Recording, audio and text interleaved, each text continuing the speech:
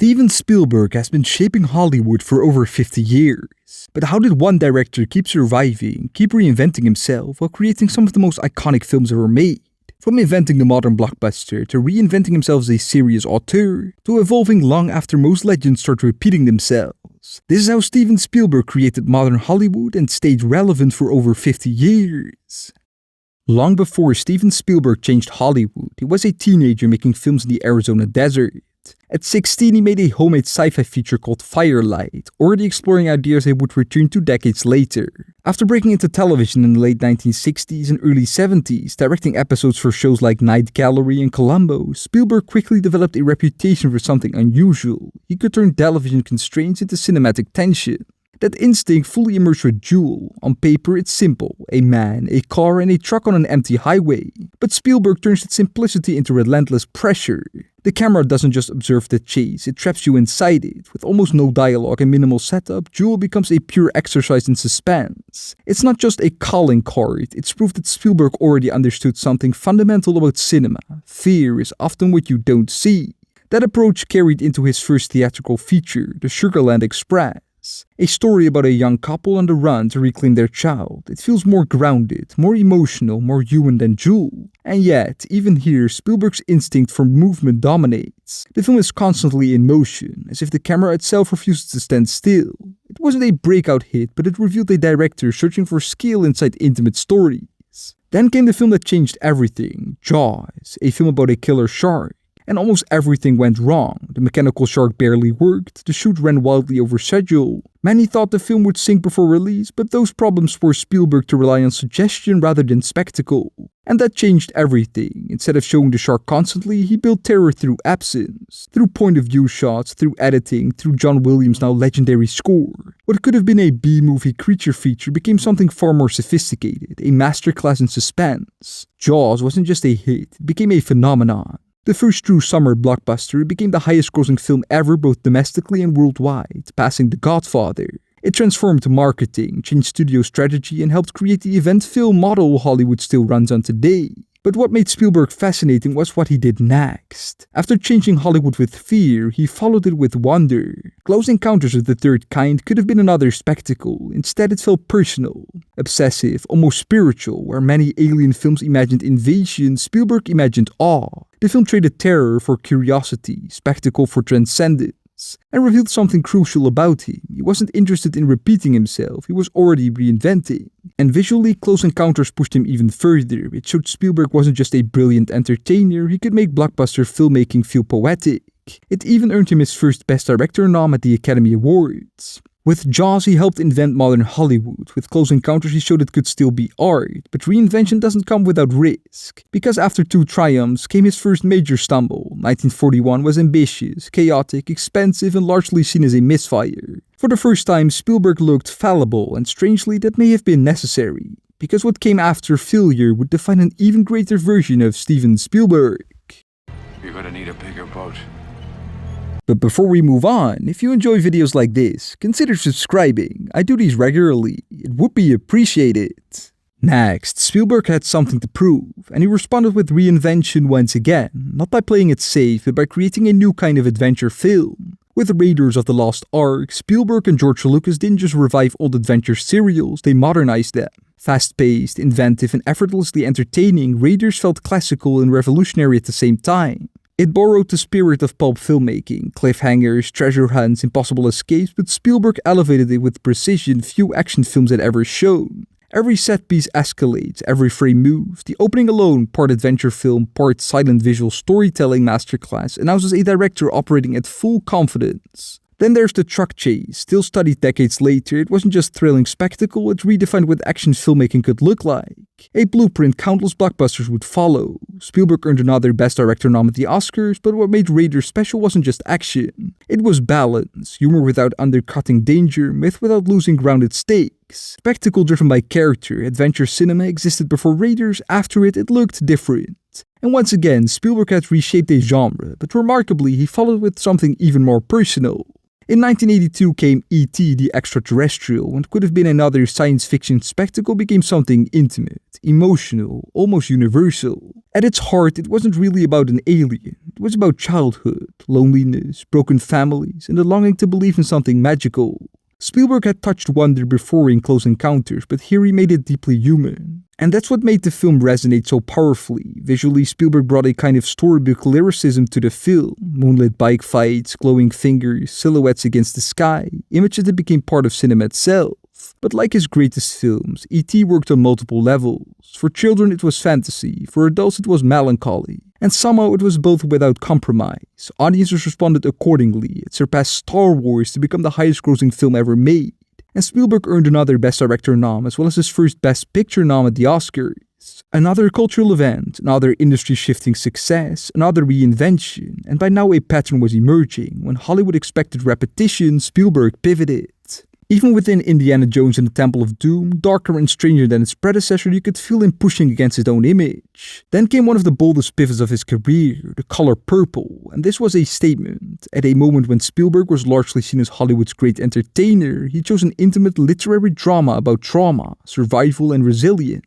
A move few expected, and one that signaled he wanted more than blockbuster mastery. And while Spielberg controversially missed a Best Director nomination at the Oscars, it marked a major shift in how seriously he would be taken as a dramatic filmmaker. That ambition carried into Empire of the Sun, perhaps one of his most underrated films, a bridge between the wonder of early Spielberg and the historical gravity of what was still to come. Even Indiana Jones and the Last Crusade, while returning to adventure, feels almost reflective compared to Raiders. Then came a fascinating detour, Hook, a film divisive on release, embraced more later but still seen as more of an autopilot project for Spielberg, which still revealed something increasingly central to him as a director, nostalgia.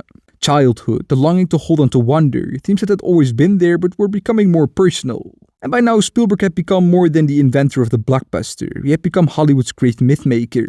But his biggest reinvention was still ahead, because in 1993, Steven Spielberg would release 2 films and permanently change how he was seen as an artist. E.T. Home Phone. In 1993, Steven Spielberg did something almost impossible. He released 2 films. One would redefine blockbuster spectacle once again, the other would redefine him as an artist, and somehow both were masterpieces. First came Jurassic Park. On paper it was another high-concept Spielberg crowd-pleaser, but in execution it became something much bigger. Just as Jaws had transformed suspense, Jurassic Park transformed visual effects. The dinosaurs weren't simply technological breakthroughs, they felt alive. Spielberg fused groundbreaking CGI with practical effects so seamlessly that audiences didn't believe they were watching effects, they believed they were seeing live creatures. And once again, he understood something many directors miss. Spectacle only matters when tied to awe. That's why the Brachiosaurus reveal still works, why the T-Rex attack still feels monumental, why the film wasn't just revolutionary, it was magical. But beneath the wonder was something else Spielberg had always mastered, tension. The raptor kitchen sequence, the electric fence, moments built with the same suspense instinct behind Jewel and Jaws, only now on a scale Hollywood had never seen. And the result was another phenomenon, again the highest grossing film ever made at the time, passing Spielberg's own E.T. from the previous year. Another genre reshaped, another blueprint the industry would chase for decades. But what makes 1993 extraordinary is that Spielberg did all of this while making something completely different. Because months later came Schindler's List, and it changed everything. After years of proving he could entertain the world, Spielberg made a film that confronted it. Shot largely in black and white, stripped of spectacle, devastating in its restraint, Schindler's List felt unlike anything he had made before. And yet somehow, it also felt like the culmination of everything before it. The visual precision, the emotional intuition, the humanity, only now directed towards history. This wasn't just Spielberg becoming serious, this was Spielberg proving popular filmmaking and profound filmmaking could coexist in the same artist, by delivering one of the best films ever made. And the industry recognized it, 7 Academy Awards, Best Picture, and Spielberg's first Best Director Oscar. For years he had been seen as Hollywood's great entertainer, now he was undeniable as one of cinema's major auteurs. But Spielberg didn't spend the years after simply repeating those triumphs. With The Lost World Jurassic Park, he returned to blockbuster spectacle, darker, meaner, more chaotic than its predecessor. And with Amistad, another historical drama, and another sign Schindler's List hadn't been a one-time detour into prestige filmmaking. He was actively moving between entertainer and historical gravity, and that duality was becoming central to who Spielberg now was. Then in 1998, he pushed that evolution even further. With Saving Private Ryan, Spielberg reinvented war cinema. If Schindler's List proved he could would confront history, Saving Private Ryan changed how history looked on the screen. The Omaha beach landing wasn't just praised, it altered the visual language of war films. Handheld immediacy, desaturated realism, chaos over heroics, its influence can still be seen everywhere, and once again the Academy responded. Another Best Director Oscar, another reinvention. By now Spielberg wasn't moving between blockbuster and prestige anymore, he was mastering both. And just when many directors might have settled into legacy, he entered one of the most fascinating creative periods of his career. One built not on repeating triumphs, but true experimentation. Welcome to Jurassic Park. By the early 2000s, Steven Spielberg had nothing left to prove. He had invented the blockbuster, he reinvented it numerous times, he had won Best Picture, he had won Best Director twice. At that point most filmmakers settle into legacy. Spielberg didn't. He became more unpredictable than ever. In 2001 he released AI Artificial Intelligence, a project long developed by Stanley Kubrick.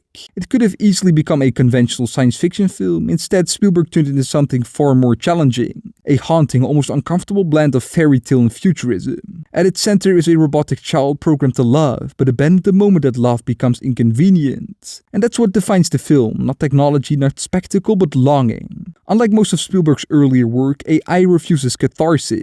It stretches emotion to its breaking point and then keeps going. The ending doesn't resolve the story, it lingers on it. For thousands of years, it divided audiences at the time, but that division is exactly the point. Spielberg wasn't trying to reassure, he was pushing his storytelling into something colder, more ambitious, more Kubrick-like, while still holding onto his own core themes. It's one of the clearest examples of Spielberg not just evolving, but challenging his own identity as a filmmaker. And then just a year later, he pivoted again with Minority Report. On the surface, it's a high-concept thriller, stop crimes before they happen. But Spielberg turns that idea into something far more unsettling. A world where every action is predicted, every moment tracked, every individual reduced to data. Long before these ideas became everyday concerns, Minority Report was already there, exploring surveillance, loss of privacy, and the illusion of control. Visually, it marks a major shift. Bleached colors, harsh lighting, a controlled, almost sterile aesthetic. Even the famous gesture-based interfaces now echoed in real technology feel less like spectacle and more like a system closing in around the characters. But at its core, it's Spielberg, a father who lost his child, a man trying to outrun fate, a story about whether the future is something we choose or something imposed on us. It's blockbuster filmmaking, but sharpened, more cynical, more reflective of the world it was entering. And then in that same year, he pivots completely with Catch Me If You Can, where AI was heavy and Minority Report was controlled. This is light. Effortless, almost playful, a true story about a teenage con artist forging identities, chasing money and staying just out of reach. The film moves with speed and charm, quick edits, jazzy energy, constant motion, but underneath that surface is something much more familiar. A broken home, a father figure slipping away, a son trying to rebuild a life through illusion. Even the cat and mouse dynamic at the center of the film becomes less about pursuit and more about connection. It's one of Spielberg's most accessible films, but also one of his most quietly emotional, proof that even at his most entertaining, his films are still rooted in something deeply personal. That balance continues with The Terminal, a smaller, more contained story, less ambitious on the surface, but still rooted in what Spielberg has always understood best, human connection. A man stuck between countries, building a life in transit. It's simple, optimistic, almost old-fashioned. Then came a return to spectacle and strips it of wonder entirely with War of the Worlds. This isn't the Spielberg of E.T. or Close Encounters. There's no awe here, no curiosity, only fear. From the moment the tripods emerge, the film abandons the idea of spectacle as entertainment. Instead, it becomes survival. The camera stays grounded, close to the characters, caught in crowds, in panic, in confusion. Moments unfold not as heroic set pieces, but as chaos. It's an invasion film that feels less like science fiction and more like a disaster happening in real time. A reflection of a world shaped by uncertainty and trauma, and at its center, once again, a broken father trying to protect his children. The scale is massive, but the story remains personal. And then later that same year, Spielberg pivots one final time with Munich. And this might be the most revealing film of this entire era. A political thriller about retaliation after the Munich massacre, but one that refuses to present that retaliation as justice. Instead, it unravels it, slowly, methodically. Each act of violence doesn't resolve anything, it complicates it. The further the characters go, the less certain everything becomes. Morality blurs, purpose erodes, and Spielberg does something he rarely did before. He withholds answers. There's no clear conclusion, no emotional release, and a question that hangs over the entire film. What does this actually solve? It's mature, measured, and deeply unsettling, and it shows just how far Spielberg had moved from the director people thought they knew. The film earned Spielberg another Best Picture and Best Director nom at the Oscars, the first in 7 years. By this point, the pattern was undeniable. From AI to Munich, Spielberg wasn't repeating success, he was actively resisting it. Each film different in tone, style, and ambition, and yet all connected by the same core. This wasn't Spielberg holding onto relevance, this was Spielberg redefining it. And just when it seemed like he had explored every direction, he would once again return to something unexpected. Stop chasing me. I can't stop. It's my job.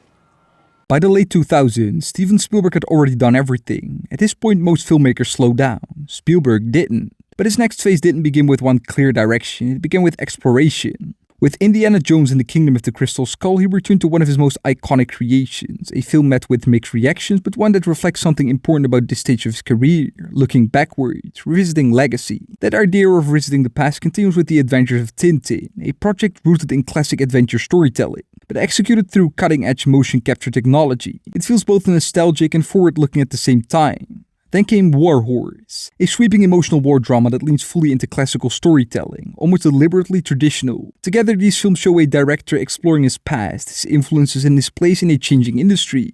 But with Lincoln, Spielberg refined that exploration into something more focused. This wasn't the Spielberg of spectacle, this was Spielberg of restraint. Instead of telling the life of Abraham Lincoln as a sweeping biographical epic, he narrows the story down to a political process. The passing of the 13th Amendment, debates in rooms, conversations in corridors, power shifting through language. And yet it's gripping because Spielberg understands tension doesn't require action, only stakes. Every vote matters, every conversation carries weight, and through that, he transforms history into drama. The film earned 12 Academy Award nominations, including Best Picture and Best Director, and reinforced something crucial. Even decades into his career, Spielberg could still reinvent how he tells a story. But what followed wasn't another reinvention, it was something quieter. With Bridge of Spies, the BFG, and The Post, Spielberg entered a more measured period. These films are controlled, confident, deliberate, less about pushing boundaries and more about refinement. A filmmaker operating at a level of mastery where he no longer needs to prove anything, but even here, that restlessness never fully disappears. Because in 2018, Spielberg pivots again with Ready Player One. On the surface, it's a return to blockbuster spectacle, fast, loud, packed with references, but beneath, it's something more reflective. A film about nostalgia, about living in worlds built from the past, about losing yourself in entertainment. On the surface, it feels like a boomer making a video game movie, but no filmmaker was more qualified to explore that idea than Steven Spielberg himself.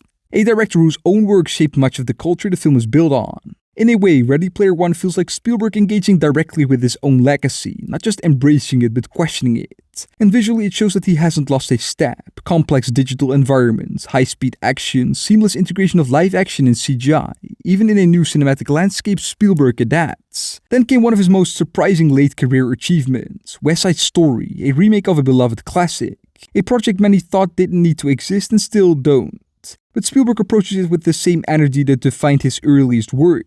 The camera moves constantly, every scene is staged with precision and intention. It's not just a musical, it's visual storytelling at its peak.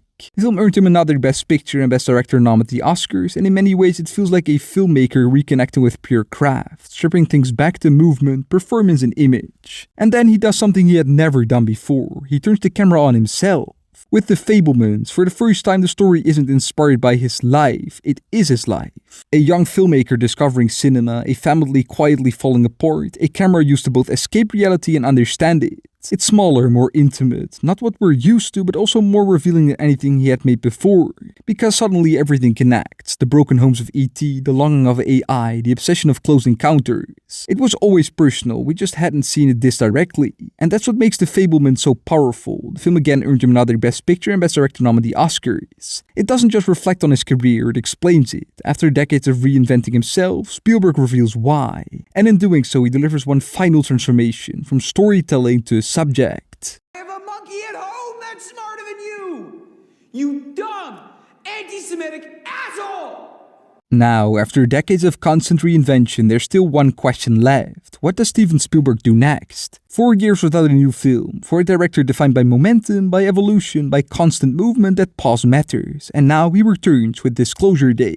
A return not just to filmmaking, but to something much more specific. science fiction, extraterrestrial life, themes that have followed Spielberg since the very beginning. From the wonder of Close Encounters to the fear of War of the Worlds, he has explored aliens as mystery, as spectacle, as emotion. But Disclosure Day appears to take a different approach, not discovery but revelation. A story centered on a massive global event, the confirmation that alien life exists. And with that comes conflict. A whistleblower trying to expose the truth, a high-ranking official trying to suppress it, not just a science fiction premise but a political one, which makes it feel like a combination of everything Spielberg has explored before, but now brought into a modern context, where truth itself can be contested. And that's what makes this next chapter so interesting, because Spielberg is returning as a director who has already explored wonder, fear, history, identity, and even himself. What does he do now? Because if his career has shown anything, it's that the next reinvention is always the most unexpected one. Today's. After more than 50 years of reinvention, industry-changing films and stories that defined entire generations, Steven Spielberg didn't just become one of Hollywood's greatest directors, he helped shape Hollywood in every iteration. So now that he's here, still evolving, still experimenting, with Disclosure Day on the way, what do you think comes next for Steven Spielberg? Let me know your favorite Steven Spielberg film in the comments below, and if you enjoyed the video, make sure to subscribe for more deep dives like this. Roll the credits!